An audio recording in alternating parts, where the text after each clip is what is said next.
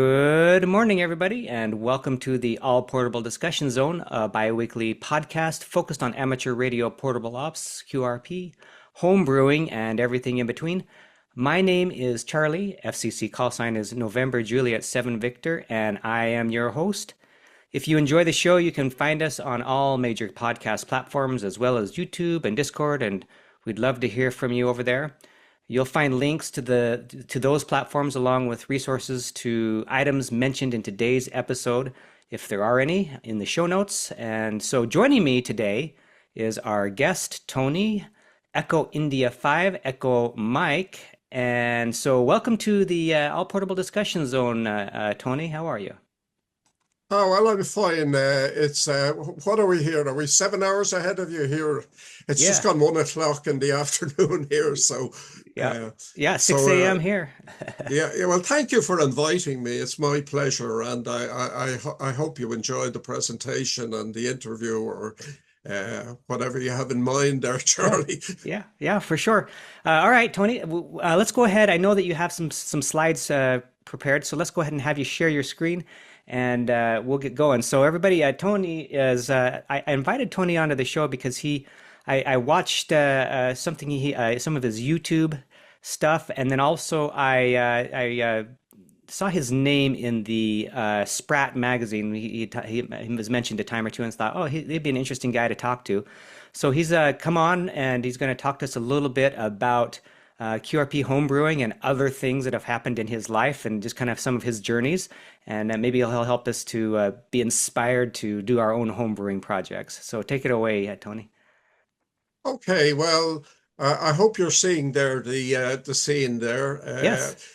This is my QRP. I call it Shack in a Box. It's complete. It has everything there that is needed. The ATU, an audio amplifier, an SWR meter, and you can probably see there on the right-hand side, there is an antenna strapped to the side of the box, which is just I think it's about six meters tall. And I use that for POTA and SOTA. I'm getting a little bit long in the tooth, Charlie, now for the SOTAs. So I concentrate more now on the POTA parks on the air. So what you're seeing there is it's a World Heritage site there, just on Dublin Bay, and it's called the Bull Island. So that's me operating there on a POTA. Uh, Let's see, can I advance here? Yeah, okay, so just a quick, you can stop me or you can dictate there. There's my call sign. Interested in, you can read it there for yourself. I came into the hobby through CB, although prior to that I was a shortwave listener from about the age of 4, would you believe? My dad he was born in 1910. And I suppose that was the dawn of the, experimentation with radio, or wireless as it was called then. So my dad used to send in requests to the various shortwave radio stations, and we'd listen then for our musical requests to come on air. And if we heard mention, sure, we were in raptures for weeks after that. So you can see there, my handle, as they used to say, was C Night. And you can see me down there. You probably don't recognize me. I had lots of hair at the time, but sure, there you go. So I go on to the next slide there. Anyone that wants to can stop the video there and see the text. So we'll move on there. And I'm just emulating the Reverend Dobbs there. He used to have a similar slide. Why bother to build it all? And you can see they're fun and enjoyable, educational, great sense of achievement, skill to be proud of. And we're supposed to have a hobby of self-training. So this is a brilliant aspect of it. And it keeps the mind active, and it keeps the old Alzheimer's away, I hope.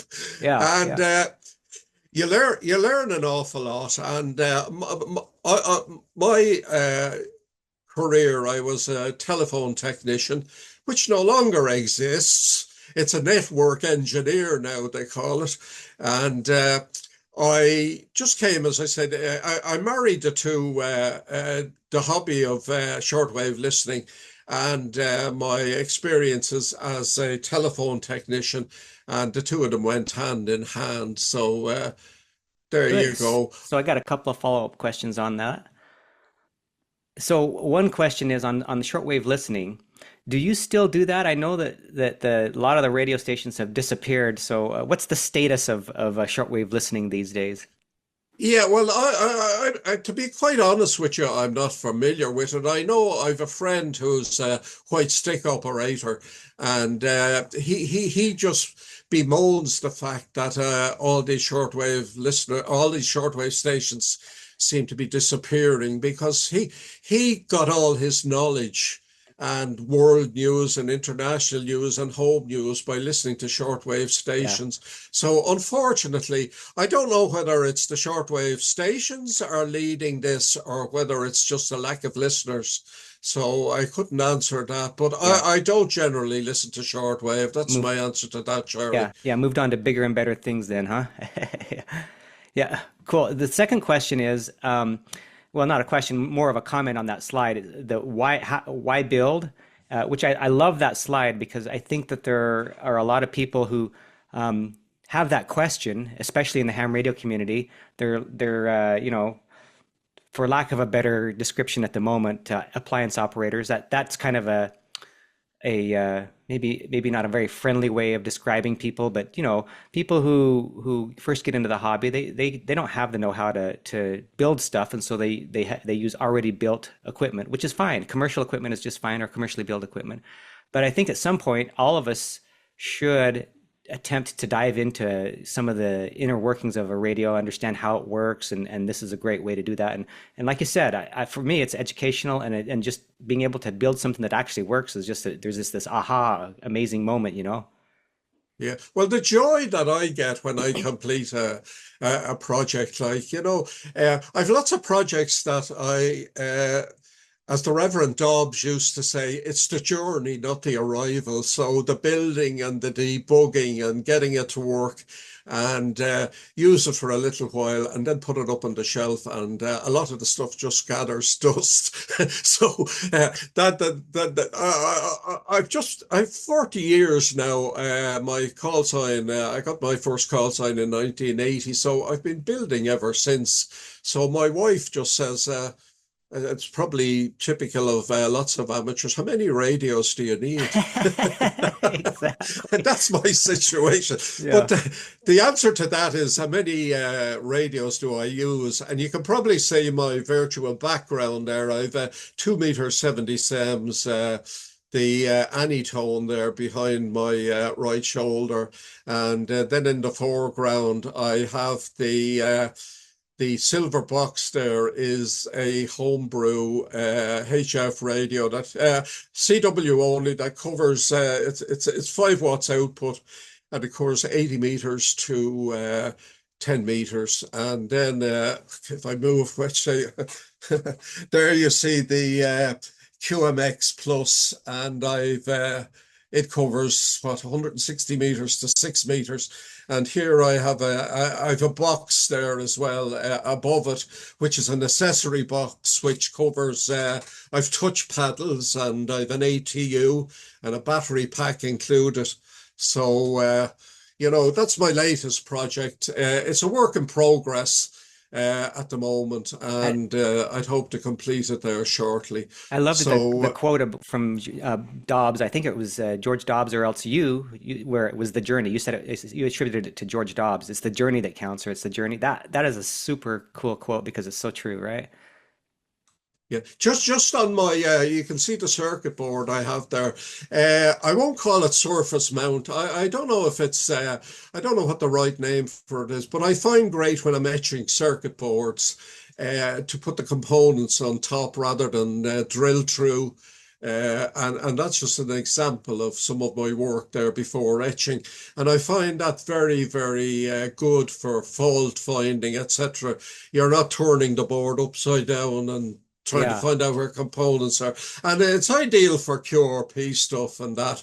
And I like to build modular units rather than one big circuit board and then connect them all up together, Charlie. So I hope that Yeah. answers your question. Yeah, and that's kind of how I was talking to Steve Hartley about they have like a little building club there and with the GQRP club, and he said the same thing. Modular building is great, the way to go because you can troubleshoot a step at a time, and also I mean he offered several different ways in which you could build, but I think I prefer the Manhattan style or what kind of what you're talking about too, the style where you don't have to do through holes and just kind of on the top because it does Yeah. indeed help you to troubleshoot. Yeah. Well, look, what I like there is what I do is I consider them little miniature works of art as well, because even without, when the components are on them, they look quite pleasing. But, what I normally do there, you can see the traces. If it's not an RF circuit there, I'd fill in the as much of the copper as possible for the etching process to save on the etching. But that's just a sample of one of my boards there. And did you etch that with mechanically or did you use some chemicals to pull that off? What I just use a ferric chloride solution. I just use. Okay, yeah, I've done that before. Yeah. Cool. Yeah. All right, let's do the next Okay, slide. I'll go on that. I won't dwell too much on that. This slide came from another presentation, and it was just to illustrate what Morse code is. So I'm just what I'm emphasizing here is home brewing is so suitable for Morse code, particularly in transceivers and that, because all you're doing is you're keying and you're switching on and off an oscillator. So I'm an avid CW enthusiast. So that's the Can, situation can we there. pause there for just a minute and ask you, do you recall how you learned CW? Could you talk a little bit about that? Sorry, say again. Do you recall how you actually learned Morse code? Do you recall the process of learning it when you were younger? Yeah, well, you see, the thing is, what we used to listen into with my dad. I used to listen into uh, the AM local amateur radio news when I was younger, and we used to hear these thump thump boom boom boom, and I used to ask my dad, what's that?" He says, "Oh, that's something they call Morse code." But how I got interested in Morse code, Charlie, was when the CB propagation was dying off in the late 70s, CB. Now, I was familiar with amateur radio, but I was quite satisfied with CB at the time. But at the time in Ireland, we had only one class of amateur radio license, and it wasn't even an amateur license. It was called a radio experimenter's license. And to get your license, you had to specify what experiments you proposed to make, what equipment you use, what antennas. It wasn't just a tick box application. And the theory examination was an essay type of examination. You didn't, you had to explain. If it said, "Can you draw a block diagram of a superhet and explain the different functions?" You had to know your stuff. But aside from the theory, it was necessary. I'm not sure what it was like in Uncle Sam, but you had to pass a Morse test for the single class of license that we had, and it was 12 words a minute. So when I passed the theory test, they had just introduced what was called here a B test, a B license, which was VHF and above, and you didn't require uh, Morse code for that. I think, do you call it a technician license over there? I'm not Yeah, sure. Yeah, yeah, yeah, introductory license is the technician. Yeah, yeah. no So, code. so, so being familiar with CB, I wanted to get on the HF bands, but there was another restriction. When you passed the Morse test, you were confined to Morse code for the first 12 months. So Wow. there was no SSB or no phone allowed, and you were confined to the 40-meter, 20-meter band, and a maximum power of 25 watts. Now, who's going to say people stuck to the 25 watts aspect of it? But that's another question. But I had an FT101 as ZD, which I had modified for CB. And as I had the equipment, I said I give the Morse code a shot. And lots of new hams in Ireland, what they would just do, they'd pass the Morse test, never pick up another a Morse key for the rest of their lives, and just wait till that year expired, and then they had SSB and phone facilities. Yeah. But I looked on it as a necessary evil at the time, but I was converted, so I saw the light, Charlie. How did you learn? What did you do? What steps did you take to actually learn Morse code? Well, I had our local radio club, which at the time it's no longer exists. It was called the Fingal Radio Club, and I joined that, and I did my theory through the local radio club as well. But we there's no such thing as Morse lessons in a radio club because it's not what you do at the club, it's what you do between club nights that really counts. So it was very competitive. There was about eight of us in the class. So I'm going back now in old technology because what we used to do, we had a lesson, inverted commas, and it was really only a checkpoint to see how we had done during the week. And as I said, it was competitive, so you didn't want to let yourself down. So it inspired you to practice during the week. And what we would do, I don't know if we'd a Morse tutor. One of the guys in the class had a Morse tutor.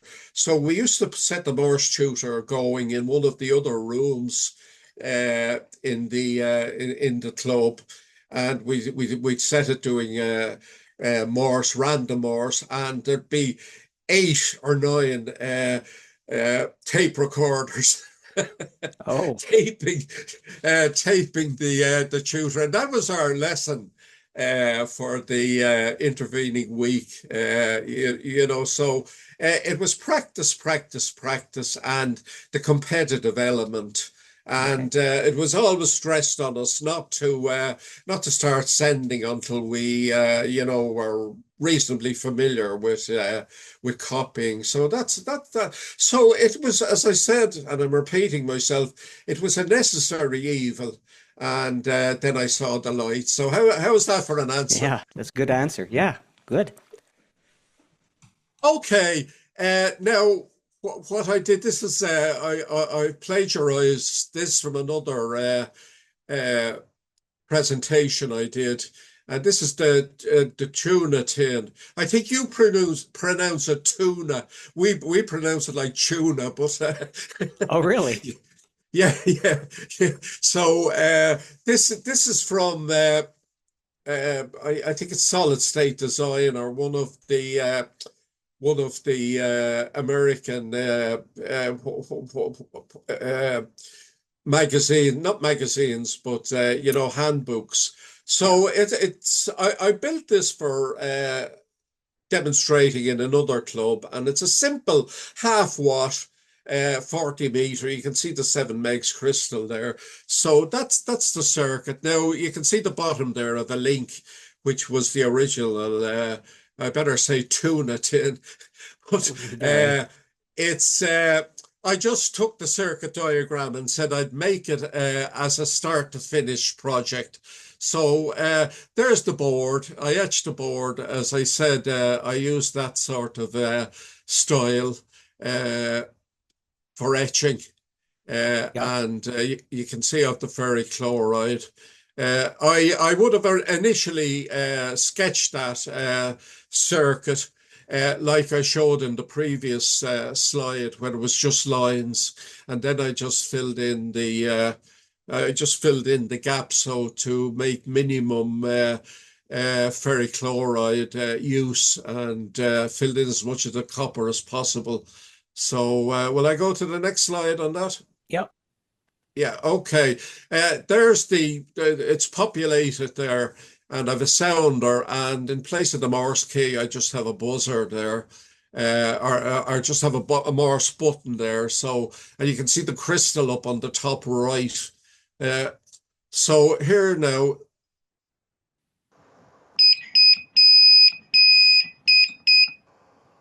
you getting it there? Yeah, I'm hearing it. Okay. So what he's doing is he's using that tuna tin to send a signal. It's a beautiful, clean sine wave, as you can see there.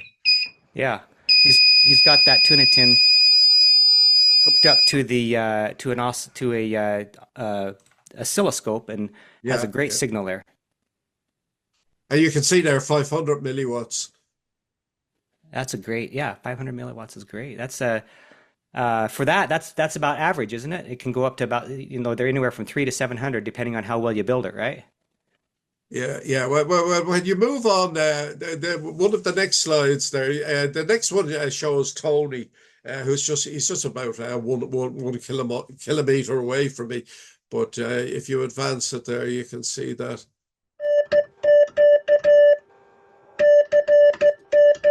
I since sold my ICOM 7300. I'm fully QRP now with what's behind me, Charlie. Great. You got a good fist for straight key.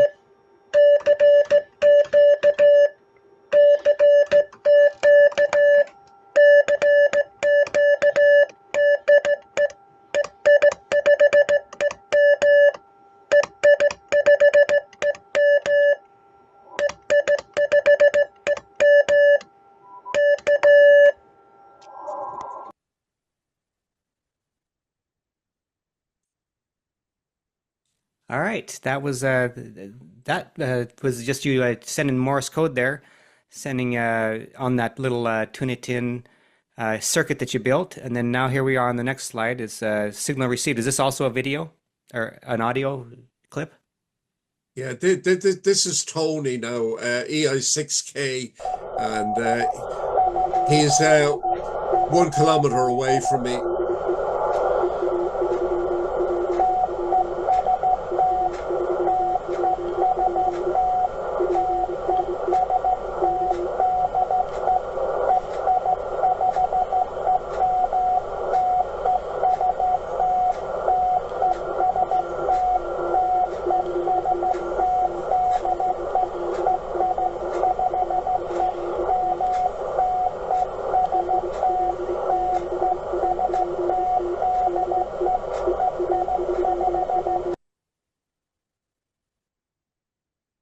And this next slide, just before you click it to play there, this is in a receiver, uh, SDR, web SDR receiver in Cheshire in the UK, 300 kilometers away, which is about what, Tracy, 180 miles away.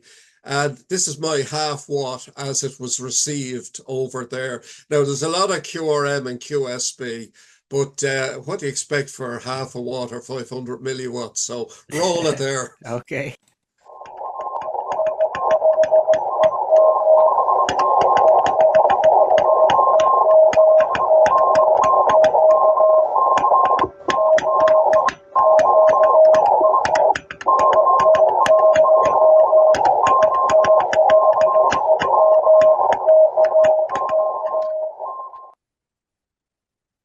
So I was quite pleased with that.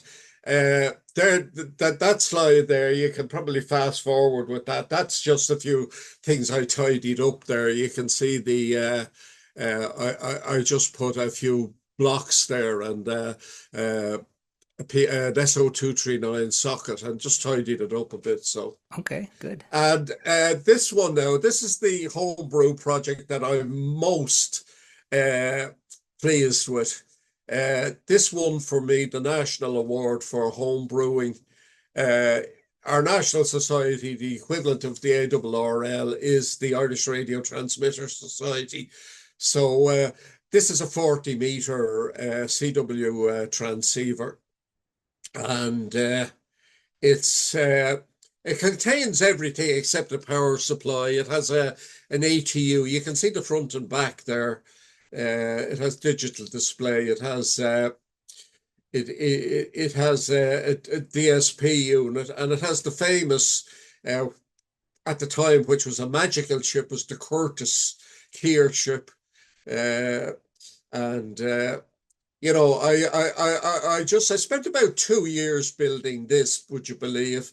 And I was building it modular style, and I was whipping out different circuits and substituting and trying to optimize everything. And eventually I had to, well, I didn't actually weld the lid on it, but I got to the stage where I said, we've got to call it a day here with a modifications. So if you as I say at the bottom there, technology has moved on in the interim. This was, as you can see there, 2003. But I learned so much from this, and I took a lot of uh, circuits from different publications and that. So it's not my own design, but it's my own uh, how would I say, setup, using different units and different circuits from different sources. So That's what I was going to ask you is, so you basically said, hey, you just one day decided, you know what, I'm going to build me a transceiver. And then so you just started looking for circuits for each of the different modules in the different publications and settled on certain ones. Is that what you're saying?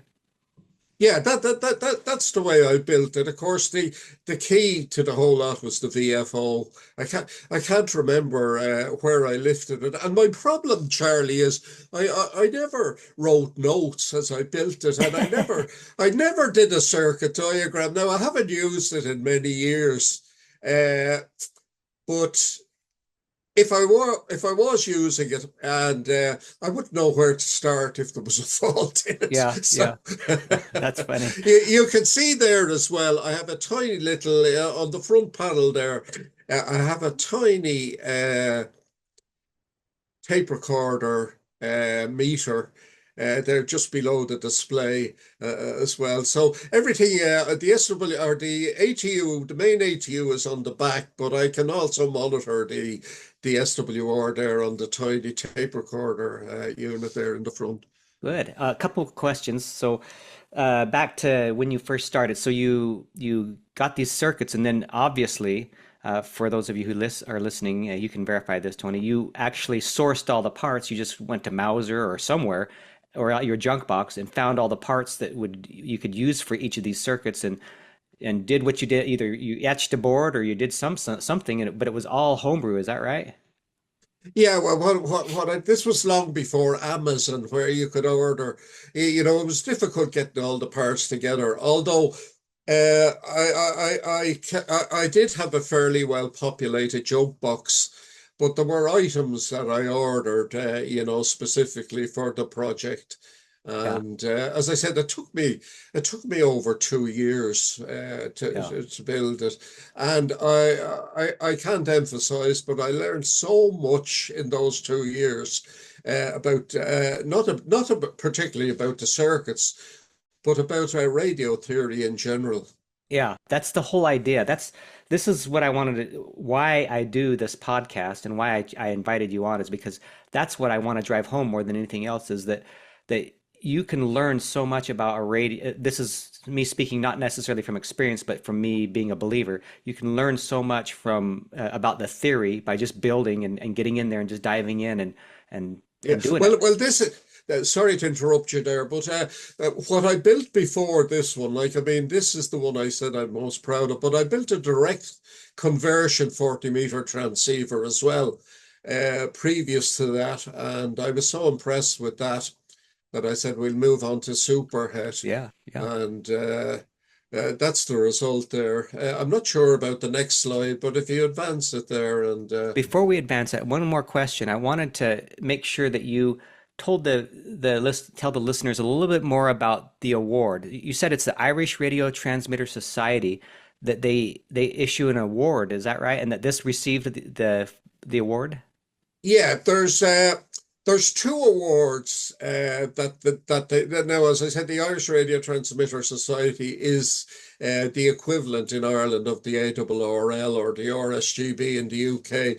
So they do offer two awards every year for home building, and the premier award is called the Professor Folan Shield. Professor Folan was an old timer that presented the shield to the IRTS and the specification was for equipment built to the highest standard. Now there was a secondary award as well, which is more or less to encourage newcomers to home brewing.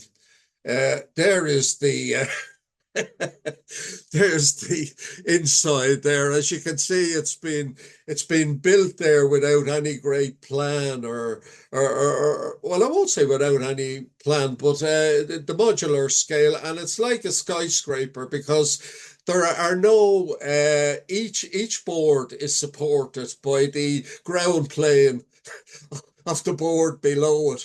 So that's what it looks like on the inside. You can see there in the bottom left there are the toroid coils of the ATU, and you're only seeing the top layer. There's probably two layers below that, Charlie.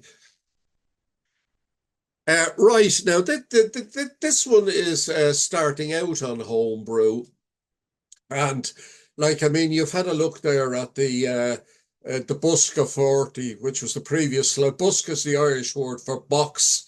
So that's why I called it the Busca 40. Okay. And I did this one here for I haven't presented it yet, but we have a National Shortwave Listeners Club, which is part of the Irish Radio Transmitter Society. But what they do is they run online courses for students that want to get the ham license. And they asked me, and I was very pleased that they did ask me because a lot of learning now doesn't really cover home brewing to any great extent. So I was really chuffed to get the invitation to do a home brew. And What it's a was, wait, wait, simple, wait, wait, it's a wait. simple, What was that word? Chuffed? chuffed, CHUFFED. That's Hiberno English for you. Okay. It's just a simple multi-vibrator.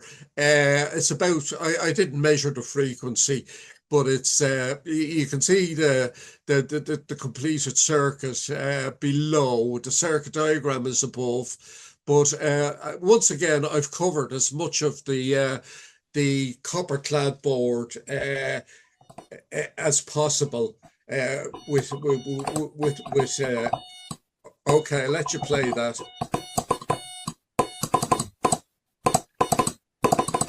So this is a practice oscillator, huh?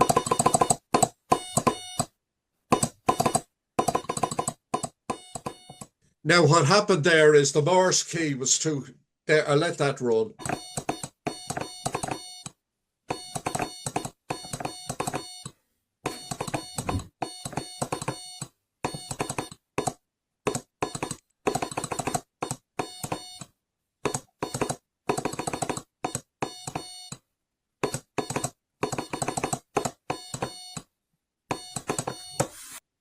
So I'm doing that presentation on the 1st of March.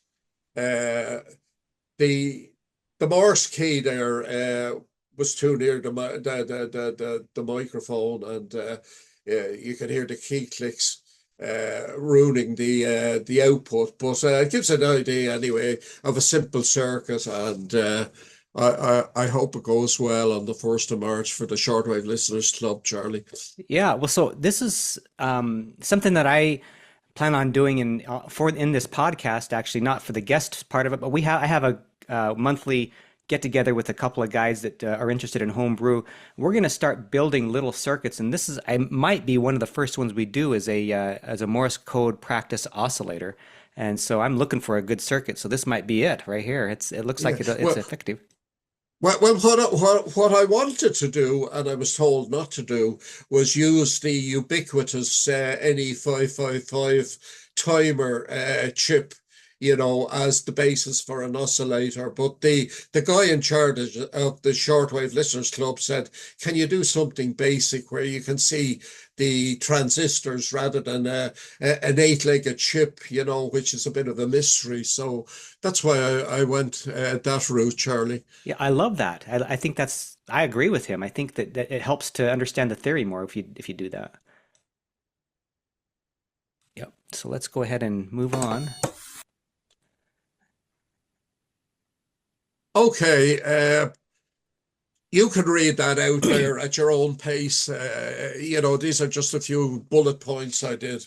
Yeah, well, so before instead of just reading it out, the general topic here is kit building, and so let's talk a little bit about kit building and in your mind and estimation how that plays in with all this. So kit building can be a lot of fun. Where's its place in homebrewing, or it's not necessarily it's kit building. It's different than homebrewing. So why don't you do a little compare and contrast of the differences and the similarities? Yeah, well, you see the thing about kit building, and I must stress here, and you can see it there. One of the points I have there: order from reputable suppliers, because there's a lot of kit suppliers out there. I won't mention companies online, but they can be very, very disappointing, and particularly for a beginner. Where they pay their money, a package arrives, and there's no support or no backup. And that's what I say, order from reputable suppliers of kits. And, that's Yeah, important, because if you're disillusioned with your first kit, you'll throw it in the junk box, or even worse, throw it in the trash. And, you'd be demotivated, say, what the heck, sure, you know. yeah, yeah. So when you do a kit too, I've personally found that it's less educational.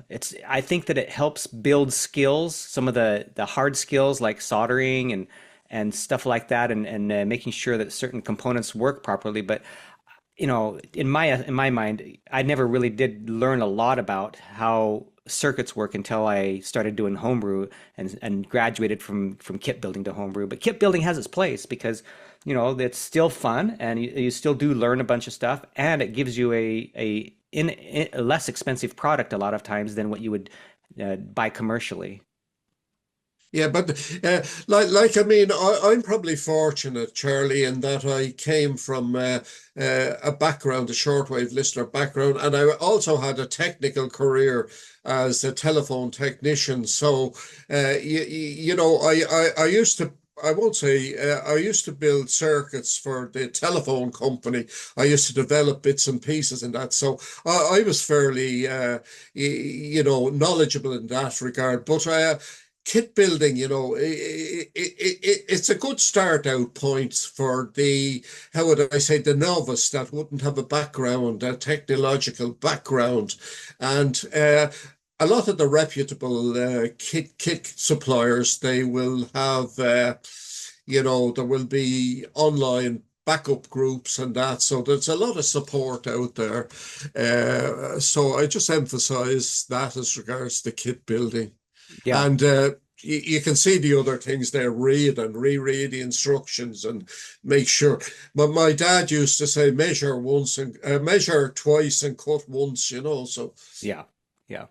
This next slide, just before you get going on that, I want to mention that, yeah, one of them that you is QRP Labs, very reputable. I know Hans Summers. I've met him before several times at 4 Days in May, and he definitely puts out good kits. And uh, what I meant to mention before, if I didn't, is that yeah, I think I did mention it that you can get a quality transceiver at much less cost than you would for commercially, you know, because this some of his transceivers are all banned, not all banned, but all HF bands, and or at least part of the HF band, and some of the, you know, it's I think a couple $100, $200-300, and you can't buy an HF transceiver for anywhere near that, I don't think.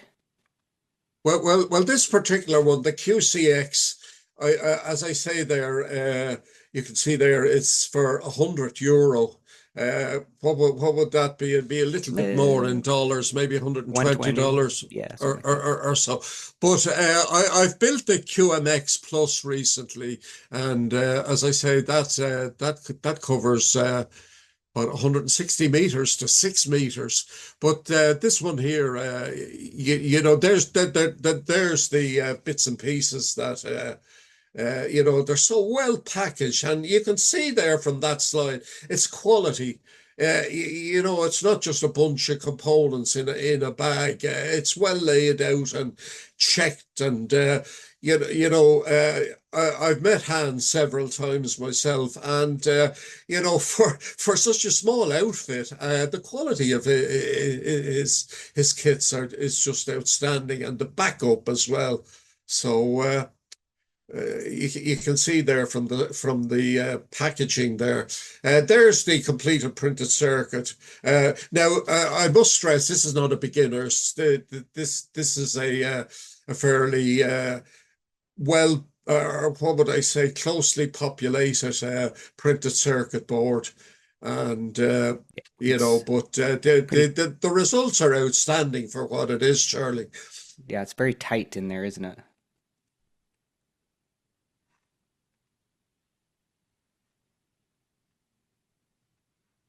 Now this is a QSO.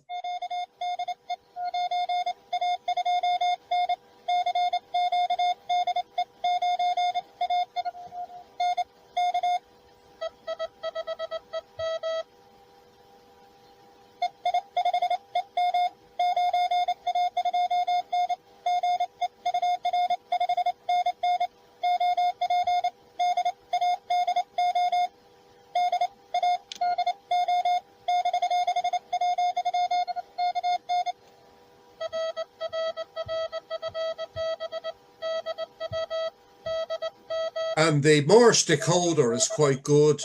In that Hans has done a great job there in the decoding. Yeah, it is. It's good. This is the QCX Mini, which looks like a 20 meters. Yeah, yeah. I think that's about 20 words a minute. I'm not sure of the speed there. Okay, and this one you can see it behind my. Let's say I'm looking at the picture. You can see it at the other shoulder Yeah, there. yeah. You can see that this is a kit that comes from Spain.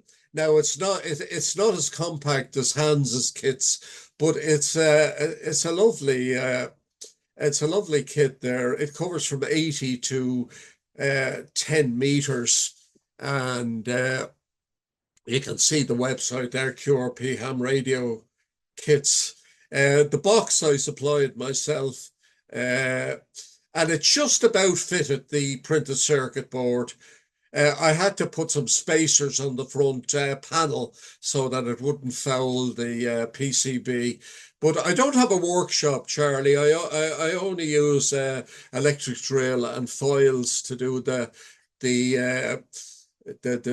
what you call it, the metal bashing. So I'm quite Wow. pleased with it. And above it, you can see there on the left hand side is an SWR meter. It's from the GQRP club. It's a what you call it, a resistor bridge. The center is an ATU, and I've a two-way switch.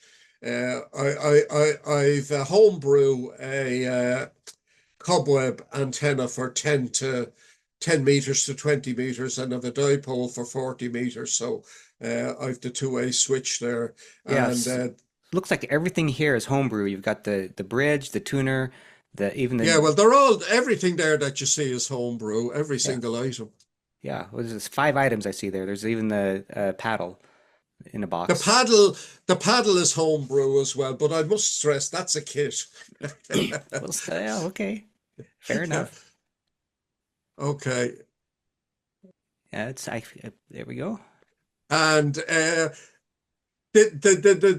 rig was a traditional superhet. So uh, my first thing was to fit an audio filter. You can see that there. And it uses a CB transistor.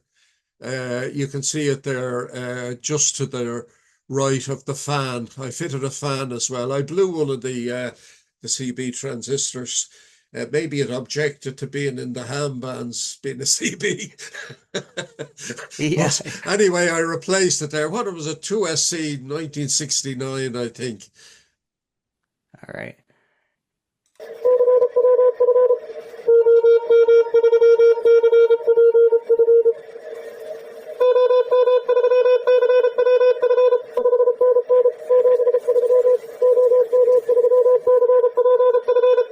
That sounds like about 25 words a minute, if not more.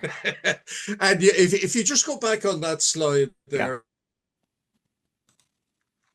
there, but I just stress uh, when I built that, and I had you can see it there. I said I made a QSO from Ireland to New Zealand, which is over 11,000 kilometers with this rig, and that's probably the best QSO. Uh, that I'm proud of. 5 watts, 20 meters, and That's impressive. 11,000 kilometers. I said, I don't need my ICOM 7300. So I sold that to a member of the club. And as you can see behind me there, that's my HF station now at the moment. It's the EGV9B, and also Hans is QMX and QMX Plus, and my accessory box on top of it there. So this Very, is the QMX Plus there.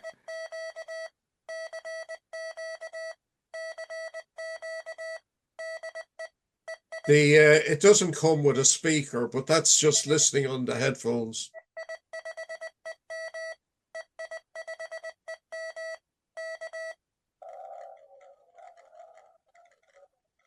And that I think it's 100. I think it's around 125 euro here, which is probably what, less than $150. There's the work in progress there, which is the accessory box, which you see behind me there on top of the QMX.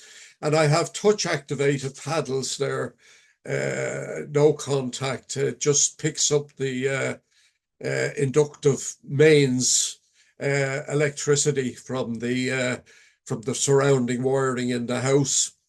And Yeah. on the left there, I have an ATU and on-off switches, power switches. On top there, it's an L-match ATU, so you can see the 6 switches on top there, switching various inductances. And the rear panel there is self-explanatory, really. You have the fuse, you have input, you've 2 antennas in and 1 selective out. Yeah, it's beautifully done. And the Uh, metalwork on that too. So yeah. The I bought the box. Hans sells a blank box, 2 blank panels, and I did the metalwork just below the red binding post there. You can see a little error. You can Yeah. see right through. But what I did with that eventually was I put a little bit of printed circuit board material behind it Yeah. and colored it in black with a Sharpie pen. So Yep. that I covered my mistake in that. I had another mistake on the front panel there. You can see a nut and bolt and a washer, and that covers an measure twice and cut once. Exactly. Well, it gives it character, right? Right. That's that. There's the inside there. I use four 3.7 volt cells. And I was going to build a voltage regulator, but there was one available for, I think it was €7. about $10 on Amazon. So rather than build it, I just bought it and incorporated it into the rig. The Hans stresses that the QMX Plus, not to use over 12 volts because it's Exactly. susceptible to the final transistors are susceptible to damage at 13.8. So I at the four 3.7s, what's that? 12, 14.8 volts. So what I'm doing is I'm regulating the 14.8 volts from the batteries down to 12 volt there Perfect. using the regulator. Yeah, that's good. And as I said there, SOTA, uh, my inductance by too many turns on the coil there, and now I've 76 turns on the coil now, so SOTA isn't as easy as it once used to. So Yeah, I operate a lot of parks on the air that's there. great. Just as long as you're getting out, I'm all for it. Yeah. Yeah. The you can see the box there just below, just with the antenna mast. That's a mountain called Tree Rock, which is the main TV transmitter for the Dublin area for our national broadcaster. So I just set up the this is something now you've moved on there to that. This is I have a station, EI0 Mike Alpha Romeo, Echo India 0 Mike Alpha Romeo. And this was founded by a guy who had no interest in the technology of radio. But I could make a complete video on this guy, and I have a video on my YouTube channel about it. But you can see the tower in the background, and that's called a Martello Tower. Now, it was built in 1803 when we were under British rule here in Ireland, and Napoleon was threatening Europe at the time. And the British built a network of these Martello Towers around the country to as lookouts and protection against a French invasion. But what happened there is when the threat of an invasion subsided, uh, the tower became a cable station in what was it, 1852. The first cable between here and the Wales in the UK was laid, and it terminated in the tower that you see behind Pat, and that became the network hub for Ireland of the telegraphic network to the rest of the world. Now, you can see there in the second paragraph there, Lee de Forest. I assume you're familiar with Lee de Forest, Yeah. the inventor of the triode valve. Although I think you call them, we would say tube. It's like tuna, tube. You The would call tube. it the tube, the tube. Yes. So Lee de Forest had his own system, telegraphy system, in opposition to the Marconi company. So he operated from this actual location in 1800 or 1903. And he was hoping to get a contract from the British Post Office uh, for the wireless telegraphy license. But alas, he failed, and he went back to America and subsequently invented the tube. Oh. But the Marconi company, I don't know, are you familiar with Irish whiskey, Jameson's Irish whiskey? Well, I mean, I know what whiskey is. That's about it. Yeah. Well, if you just go back to the previous slide, if that's possible there. Yeah, what I say there is Marconi Company carried out experiments in the tower in 1905.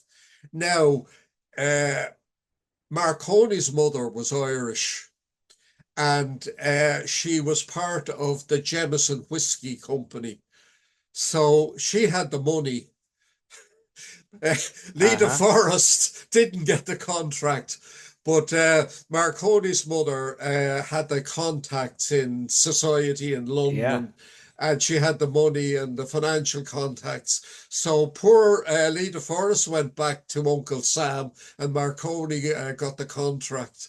So, Wow. That's but way it's cool. such a pleasure, Charlie, and a privilege to be operating in that tower where Lee DeForest and the Marconi Company carried out early wireless radio transmissions. Poor Pat died there in 2020 during COVID, not of COVID, but he died during COVID. So his son keeps the museum going, and we're just privileged to have such a historical place to operate from.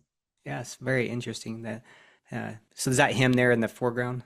That's Pat, yeah, yeah. Yeah,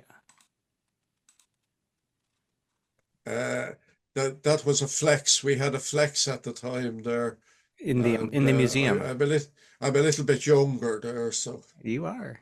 Yeah. That was so you operated from the museum then. Sorry, say again. You operated there from the museum. Yeah, there's a permanent station there, and International Marconi Day is coming up now in April, where we celebrate his birthday, Marconi's birthday. So it's an international event, and stations with connection to Marconi or the Marconi Company go on air, including in the States. And it's a little bit of an excuse. It's not a contest, but you know, it's kind of a get together and a fun day. So we'll be looking forward to that. Our antennas, you can go to the next slide there. You can see the exposed location. It's a beautiful view there. We're looking northwards there, up the coast. You can see the coast there vaguely on the left-hand side, but we're in such an exposed location there that you know, the antenna there with the recent storms, our HF antenna was just destroyed. So before Marconi Day, I'm going to have to do something, you know, put up another antenna. But it's such the island there, just that you can see, that's called Ireland's Eye, and it's a Danish settlement. It was settled by the Vikings in the year 795. So that's just a little aside there for you if you're interested. And there's an internal view, a panoramic internal view of some of the exhibits. And as I said, the Irish Radio Transmitter Society, or the IRTS, is the national society here. And that was last year's annual general meeting there. And I put on a display of some of my homebrew equipment. So that's just the layout there. Very impressive. Yeah. And a little bit of advertising there. I have we call it the EI QRP and Homebrew Group. Now it's not confined to EIs. I've what about 1.8K members there from all over the world. I know Facebook isn't what it used to be, but at least I have a presence there. And then my YouTube channel there. How many? Over 1,000 subscribers there. Nice. It doesn't compete with your own there, Charlie. I see you, but anyway, it's just there for anyone that's interested. And all they Yeah. have to do to find me there on YouTube is just put in my call sign. And I think that's how you found me. I don't know Yep. how you came across me. I it was the Sprat. It's where yeah. And then I found the YouTube by putting in the call sign. Yeah, but so on the Facebook thing, what do you what are the posts like? Is it like your results, or is it like getting help, or is it kind of all whatever? Well. You see, it's a lot of it is people posting their most recent projects, or we get some technical queries as well, and I update it regularly as I build bits and pieces, and there are certain regulars, you know, that contribute. Yeah. And then But on your I won't say all my homebrew projects, but some of my homebrew projects there are up on the YouTube channel. What does it say there? 50 videos. yeah. Yeah, and that is that what you mostly put up there, or is it just kind of a hodgepodge of all kinds of things? What's Yeah, your no, I just put up homebrew projects there. I can find that to homebrew projects, Charlie. And there's another. You're just going to bring it up there. There's my homemade cobweb type antenna. Now the spreaders I made from uh, 25 millimeter water pipe, and it just that particular day there it was a beautiful red sky, so I just clicked the camera. You can see there on the left, you can see the support for my 40-meter dipole. They're my two antennas. The cobweb covers 10 meters to 20 meters, and then I have a 40-meter dipole just tuned for 40 meters. So that's yeah. it. And there's my email address there for anyone that's interested in getting in contact. EI5EM Tony at gmail.com. So that's the Perfect. presentation, Charlie. So I hope you like that. I did absolutely loved it. I hope that the listeners to the show also liked it. I think they will. But I am really impressed with all that you've done with the homebrew and how long you've been involved in it, and some of the really challenging projects that you've undertaken and had success in. So this is exactly what I think I wanted to hear from you. Is just kind of what some of the things are, and then also, you are a part of the GQRP club, right? Yeah. I joined the GRP club as soon as I got my HF license. So 3347 is my number. I have a few Yeah, bits and pieces in Sprat as well, yeah. and I've an upcoming one which I hope to be published soon. But between the projects and the YouTube, it just keeps me sane. Yeah, yeah, that's good. And Reverend Dobbs, George Dobbs, he used to say, uh, once he was asked, well, why do you do it? And he says, it's something that I don't have to do. And that's what makes it enjoyable. There's no pressure on me to do it. So, Yeah, uh, he was a great, uh, you know, uh, promoter of QRP. yeah, yeah. I And wish I would have known him. yeah, he did one presentation in Ireland at one stage, and I met him in Dayton as well. And the last time I was in Dayton, I asked the lads on the GQRP stand, "Where's George?" And I was told he's not too well at the moment, so Yeah, sadly he passed away there. yeah, And he was just QRP.